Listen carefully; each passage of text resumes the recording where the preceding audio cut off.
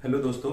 जैसा कि हम लोगों ने पिछले लेक्चर में इम्पोर्टेंट डायमेंशंस और प्रीवियस ईयर के क्वेश्चन सॉल्व किए थे, तो उसमें वॉन डर वाल जो कांस्टेंट था ए ए की वैल्यू जो P into V square upon mu या मोल, ठीक है, मोल स्क्वायर, इसकी डायमेंशन निकालते समय एक गलती थी, उसको सॉल्व सही कर लीजिएगा। तो प्रेशर का डायमेंशन होता है P M L minus one T की पावर माइनस टू, ठीक है, और वॉल्यूम क्या हो गया एल की पावर थ्री की पावर टू, और ये मोल की पावर टू, ठीक है। तो इसको सॉल्व कर लेंगे हम लोग। एम एल की पावर फाइव प्लस टी की पावर माइनस टू, और ये मोल इनवर्स की पावर टू, ठीक है। यहाँ पे गलती थी कि यहाँ पे प्लस, मैंने प्लस लिख दिया था, उसको माइनस करना है बस। और जो भी कांस्टेंट होता है उसको निकालना हम लोग भूल गए थे, तो वो इसके बराबर होता है एल की पावर थ्री अपॉन मोल, ठीक है। और ये हो जाएगा हमारा डायमेंशन एल की पावर थ्री मोल इनवर्स, ठीक है। और एक छोटी सी गलती थी कि सेंट्रीफ्यूगल एक्सीलरेशन जो फॉर्मूला होता है a c equal to v square upon r, ठीक है। तो वी, जैसा कि मैंने लिखा भी था, V equal to R omega, वहाँ पे मैंने ओमेगा के टर्म में वैल्यू पुट कर दी थी, बट हमें वी के टर्म में वैल्यू पुट करनी है, क्योंकि हमें सेंट्रीपिटल का जो रिलेशन है, सेंट्रीपिटल एक्सीलरेशन का जो रिलेशन है, वो ओमेगा और आर के टर्म में चाहिए। तो सीधा सी बात है, यहाँ पे पुट कर देंगे, तो ये आर स्क्वायर हो जाएगा इंटू ओमेगा स्क्वायर हो जाएगा, ये आर, ठीक है। आर से आर कट जाएगा एक, तो क्या बचेगा हमारे पास आर इंटू ओमेगा स्क्वायर, ठीक है। ये सेंट्रीपिटल एक्सीलरेशन का मतलब फॉर्मूला हो जाएगा। यही छोटी सी गलती थी, इसको हम लोग सही कर लेंगे, ठीक है। तो जैसे कि आप लोग आज देख रहे होंगे कि हम लोग क्या क्या पढ़ना है आज, उस हिसाब से आज हम लोग पढ़ेंगे मोशन इन स्ट्रेट लाइन, ठीक है। और उसमें मैं कुछ ये आपको ये सब चीज़ें डिस्कस कर दूंगा आज बढ़िया से, जिससे आपको फ्यूचर में कभी भी कंफ्यूजन नहीं होगा। इस चैप्टर से केवल काइनेमेटिक इक्वेशन पूछी गई थी, एक जो प्रीवियस ईयर क्वेश्चन आया था, ठीक है।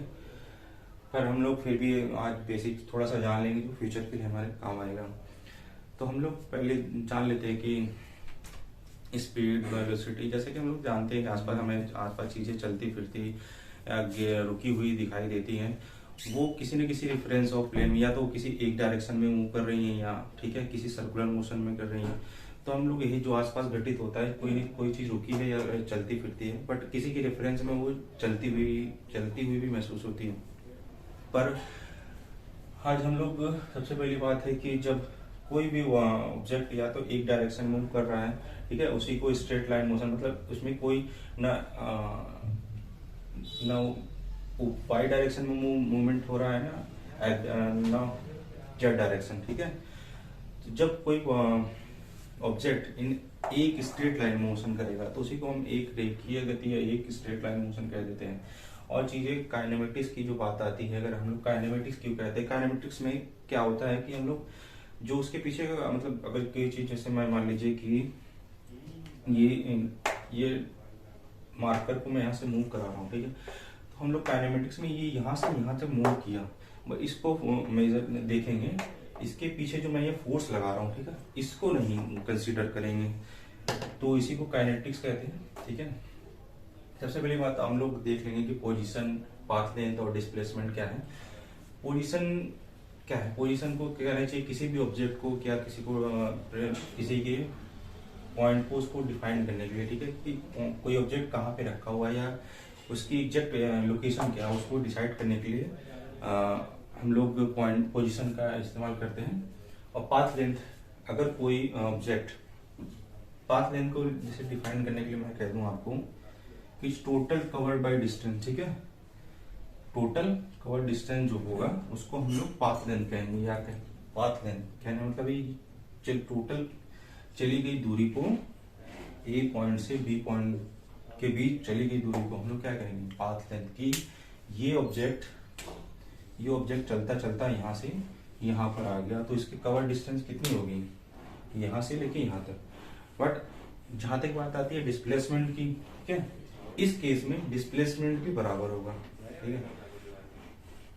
और अगर ये ऑब्जेक्ट यहां से लेके पाथ, हम लोग वही पाथ लेंथ की बात कर रहे हैं, ये ऑब्जेक्ट चलता चलता यहाँ तक तो गया बी तक, फिर बी से चल के सी पे चला गया, ठीक है। तो इसकी टोटल कवर डिस्टेंस कितनी होगी, मान लीजिए ये टोटल लेंथ इसकी थी कितनी, 10 मीटर थी, और ये हाफ पे चला जाती, 5 मीटर हो गया, ठीक है। तो यहाँ पे हम लोग पाथ लेंथ की बात करेंगे, तो पाथ लेंथ ए से लेके सी तक, मतलब ए से चला बी, बी से सी चला, तो इसमें टोटल कवर डिस्टेंस क्या होगी, या कहना चाहिए पाथ लेंथ कितना हो गया, 15 मीटर, ठीक है। पाथ लेंथ कितना हो गया, 15 मीटर। बट डिस्प्लेसमेंट कितना हुआ, डिस्प्लेसमेंट इस ओरिजिन से और जहां पे वो ऑब्जेक्ट का लास्ट पॉइंट था उसके बीच कितनी डिस्टेंस बची है, वहां से देखते हैं, ठीक है। कहने का मतलब है डिस्प्लेसमेंट दिखाने के लिए, डिस्प्लेसमेंट को मैं एस से दिखा दे रहा हूँ या डेल्टा से दिखा देता हूँ, ठीक है। इसको डिफाइन करने के लिए क्या है, पहले पॉइंट पोजीशन, लास्ट पहला पॉइंट या लास्ट पॉइंट, ठीक है। कहने का मतलब लास्ट पॉइंट को माइनस फर्स्ट पॉइंट, ठीक है। कहने का मतलब ये है कि सी माइनस ए, ठीक है। सी पॉइंट से ए पॉइंट के बीच की डिस्टेंस तो कितना होगा, ये डिस्प्लेसमेंट कितना होगा, 5 मीटर होगा, क्योंकि ये ऑब्जेक्ट यहाँ से चलता हुआ बी से चलता हुआ सी पर रहा है, तो इसके बीच में कितना डिस्प्लेसमेंट बचा, कितना डिस्टेंस, तो ये 5 मीटर बचेगा, ठीक है। तो डिस्प्लेसमेंट कितना बोलेंगे, 5 मीटर। डिस्टेंस या पाथ लेंथ कह सकते हैं, पाथ लेंथ, ठीक है। ये बड़ा और बराबर भी हो सकता है डिस्प्लेसमेंट के, डिस्प्लेसमेंट, ठीक है।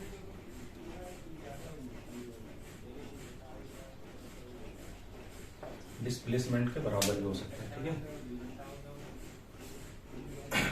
बट पाथ लेंथ कभी भी डिस्प्लेसमेंट से छोटा नहीं हो सकता, ठीक है।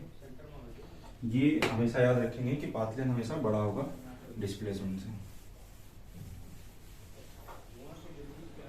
और एवरेज वेलोसिटी क्या है कि आप स्पीड और वेलोसिटी, ठीक है, सॉरी यहाँ पे एवरेज वेलोसिटी और एवरेज स्पीड, अगर कोई ऑब्जेक्ट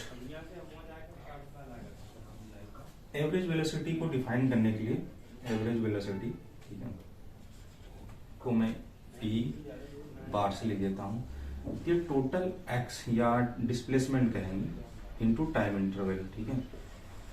तो वेलोसिटी क्या होता है, डिस्प्लेसमेंट अपॉन टाइम, ठीक है, टाइम इंटरवल, कहने मतलब x2 minus x1 upon t2 minus t1, ठीक है। ये हो गया हमारा एवरेज वेलोसिटी। वेलोसिटी क्या है, एवरेज वेलोसिटी वेक्टर टर्म है।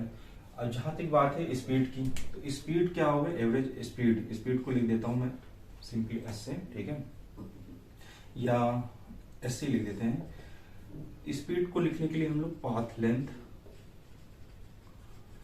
अपॉन टाइम, ठीक है, टाइम इंटरवल, ठीक है, टी लिख देते हैं मात्र। तो कहने मतलब speed total distance, total cover distance upon time को हम लोग स्पीड कह रहे हैं। ये क्या होता है, ये स्केलर क्वांटिटी है, ठीक है। इसके लिए मैग्नीट्यूड चाहिए, डायरेक्शन नहीं चाहिए। यहाँ पे मैग्नीट्यूड के साथ साथ डायरेक्शन भी चाहिए स्पीड के टर्म में, ठीक है। और अब बात कर लेते हैं instant velocity and speed. Instant क्या है, मतलब किसी पॉइंट, मतलब जैसे कोई चीज स्टार्ट हुआ, ठीक है, वहां पे इंस्टेंट वेलोसिटी स्पीड में क्या टाइम जो है बहुत स्मॉल होना चाहिए, ठीक है, टेंस टू 0, ठीक है, या बहुत कम, तुरंत।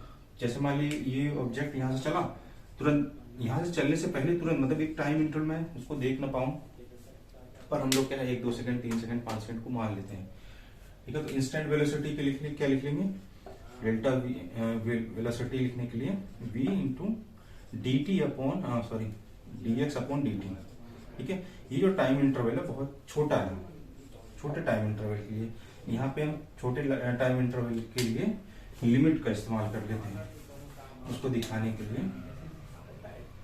डेल्टा वी को दिखाने के लिए लिमिट टेंस टू टी क्या है, tends to 0 delta x upon delta T. यहाँ पे वेलोसिटी के टर्म में क्या है, डिस्प्लेसमेंट, ठीक है, डिस्प्लेसमेंट, और ये क्या है, टाइम इंटरवल टी है, ठीक है, डेल्टा टी। बट यहाँ पे एवरेज स्पीड के लिए, इंस्टेंट स्पीड के लिए सीधी सी बात है, स्पीड के लिए हम क्या बताएंगे, total length cover by total distance या डी अपॉन टी, ठीक है। अब बात कर लेते हैं एक्सेलरेशन। एक्सेलरेशन क्या है, एक्सेलरेशन क्या है, rate of change of velocity को हम लोग क्या कहेंगे, एक्सेलरेशन कहेंगे। एक्सेलरेशन को लिख देंगे, इस एक्सेलरेशन को रेट ऑफ चेंज यानी डीवी अपॉन डी, ठीक है। पहले बात की हमने रेट ऑफ चेंज या डिस्प्लेसमेंट के चेंजेस के अपॉन टाइम को वेलोसिटी कहा, उसी तरह से rate of change of velocity को एक्सेलरेशन कहेंगे, ठीक है। सबसे बड़ी बात, या तो कोई भी ऑब्जेक्ट या तो एक्सेलरेट होगा तो उसको हम लोग प्लस से ले लेंगे, अगर कोई ऑब्जेक्ट डी एक्सेलरेट होगा उसको माइनस ले लेंगे, ठीक है। माइनस इन द सेंस अगर एक्सेलरेट होगा तो प्लस ए ले लेंगे, डी एक्सेलरेट होगा तो माइनस ए ले लेंगे। और सबसे बड़ी बात याद रखिएगा, एक की हम लोग जब ये सब जितने चीजें हम लोग पढ़ेंगे उसको क्या होता है, प्लेन ऑफ रेफरेंस के टर्म में पढ़ते हैं, ठीक है।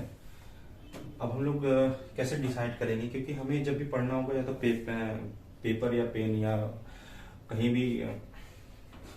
भी सॉल्व करना होगा क्वेश्चन, तो हम लोग पेपर एंड पेन पे ही करेंगे। तो हम लोग डिसाइड करने के लिए कि किस डायरेक्शन में मूव हो रहा है उस ऑब्जेक्ट का स्ट्रेट लाइन में, तो हम लोग प्लेन और रेफरेंस की बात कर लेते हैं, एक्स ले लेते हैं, वाई ले लेते हैं, साथ में जेड ले लेते हैं, ठीक है,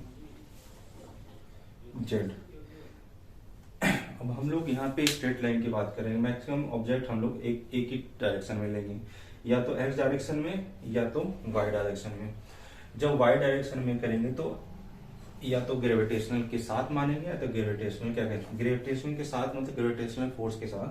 अगर ये कोई ऑब्जेक्ट नीचे जा रहा है तो मतलब ग्रेविटेशनल फोर्स एक्सेलरेट हो रहा है, अगर ग्रेविटेशनल फोर्स के अगेंस्ट जाएंगे तो जस्ट जी माइनस ले लेंगे, ठीक है, मतलब चीजें डी एक्सेलरेट हो रही है। अगर कोई ऑब्जेक्ट एक्स डायरेक्शन में मूव रहा है स्ट्रेट लाइन में, वहां पे हम लोग 1d कह देंगे, ठीक है, मतलब वहां पे जी कांस्टेंट है, ठीक है, मतलब एक ही लाइन में मोशन, वहां पे ग्रेविटेशनल फोर्स को नेग्लेक्ट कर देंगे। तो सबसे बड़ी बात आप लोग लिख लीजिए कि हमारे लिए इम्पोर्टेंट क्या क्या है, मैंने जैसा कि बता दिया, कुछ चीजें लिख लीजिए। सबसे बड़ी बात, सबसे चीजें के इम्पोर्टेंट कुछ फॉर्मूले लिख लीजिए जो आपको काम आएगा हमेशा। अगर मैं बात करता हूँ एवरेज वेलोसिटी की बात आती है, ठीक है, एवरेज वेलोसिटी को लिखने के लिए क्या किससे लिखेंगे, डिस्प्लेसमेंट अपॉन टाइम इंटरवल, ठीक है। और या इंस्टेंट वेलोसिटी को लिखने के लिए dx अपॉन dt, ठीक है। और एक्सेलरेशन लिखने के लिए dv अपॉन dt, ठीक है, ठीक है, ये चीजें आप लोग लिख लीजिए। और सबसे बड़ी बात कि हमारे यहाँ जो स्ट्रेट लाइन की तीन गति की जो 3 इक्वेशन पढ़ते हैं, ठीक है, उसको पढ़ने के लिए सीधी सी बात है, आप लोग ये 3 इक्वेशन में लिख लीजिए, b equal to u plus at, ठीक है, y equal to plus half at square, ठीक है, और v square equal to u square plus 2as, ठीक है, या 2y लिख लीजिए, ठीक है। ये हमारे लिए बहुत इंपॉर्टेंट तीनों इक्वेशन है जो पिछली बार भी पूछी गई थी, ठीक है। ये 3 इक्वेशन है, फर्स्ट इक्वेशन ये है, सेकंड इक्वेशन ये है, थर्ड इक्वेशन ये है, ठीक है। तो आज के लिए ये इनिशियल वेलोसिटी हमेशा, अगर मैं u से दिखा रहा हूँ, ये यहाँ पे इनपुट टर्म लिख लीजिए, v इक्वल टू क्या है, फाइनल वेलोसिटी,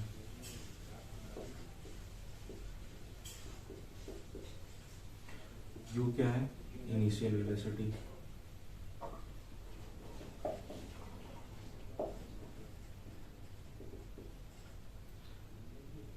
और टी क्या है, टाइम, और वाई क्या है यहाँ पे है, डिस्प्लेसमेंट,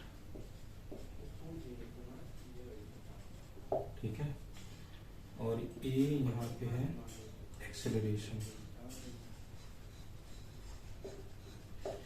सबसे बड़ी बात, इस इक्वेशन को अप्लाई करने के लिए एक्सेलरेशन को कांस्टेंट मानेंगे, ठीक है।